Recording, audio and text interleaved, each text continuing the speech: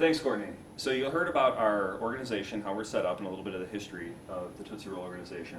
Now I'm going to talk to our strategy and tactics. So for this year to grow, we really are looking at three different strategies that we're going to be attacking. First is growth, second is decreasing costs, and then third is improving customer satisfaction, where really we're just very young at this. There's 9 tactics that go into these 3 growth strategies. I'm going to talk to the growth and revenue first. We need to enter new markets. We have been in the same marketplace for a long time, and we need to really diversify that and start digging into deeper markets, alternative markets that we haven't entered yet. Second is the growth in the healthy alternative market lines. That's your nut allergies. That's your people that are being healthy and eating better protein-based candies, things that are real sugars versus the alternate sugars. And then finally, we need to increase our R&D, which kind of goes into that. We need new product lines. We need things that we haven't done before. We want to start hitting the millennials. Tootsie Roll's kind of an older brand. We want to make it a little young and hip. The second chunk is decreasing costs. So we want to optimize our supply chain. That's just basic. You want to get your costs down, look at your supply and how you're getting there.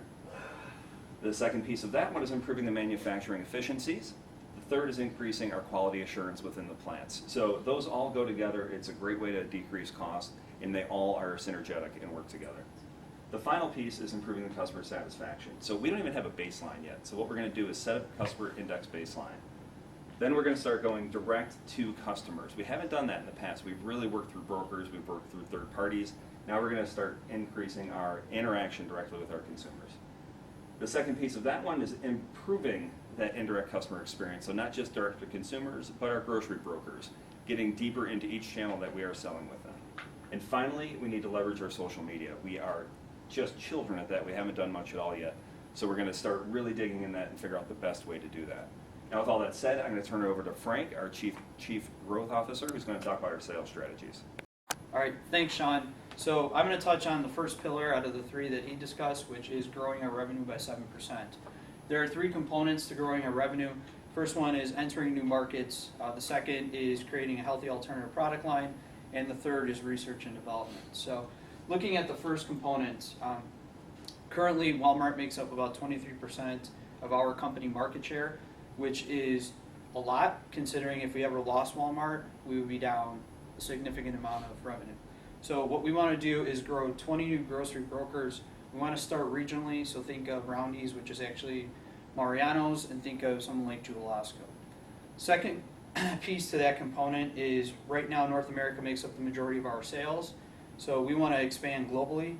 We're going to look at 5 new countries based on demographic data and concentrate on those 5 countries to increase our footprint globally and essentially offset some of the market share from North America. The last is look at direct-to-consumer opportunities, so whether that be us partnering with a vending machine company or us putting out our own vending machines, we want to do a better job of getting our product out there outside of using brokers. The second component, which is healthy alternative product lines, we want to pounce on the trends, things like the paleo diets that exist right now, support things that are zero sugar, sugar-free, low-calorie. Second piece of the healthy alternative product line is we want to leverage what we do best, and that is we are gluten-free, we are peanut allergen-free, which ties into our third piece, and that is to execute a kids program that allows parents the opportunity to look at how safe our product is when it comes to peanut allergens, and really drive that point home. When you look at our competition, a lot of their candy does have some sort of peanut substance in it, so we feel like this is our advantage over some of our larger competitors. The last component is research and development. We want to look at things like batching, large batch private labels. We want to do limited run candy. So if you look at some of the things that Mars and Hershey's really can't do, they're too big to customize product lines for, say a grocery store or even some sort of alternative company. Next piece is we want to support IT compliance and regulatory assessments for medical marijuana. This is potentially an emerging market here. We feel like if we could complement that market and create some sort of candy line that has medical marijuana in it, it's a good opportunity and we'd be ahead of the game and ahead of our competitors.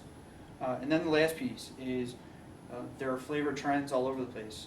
It could be peach flavor vodka. If peach is the common flavor out there, then we want to create candy that is custom to anything peach. And now I'm going to hand it over to Missy. Thank you.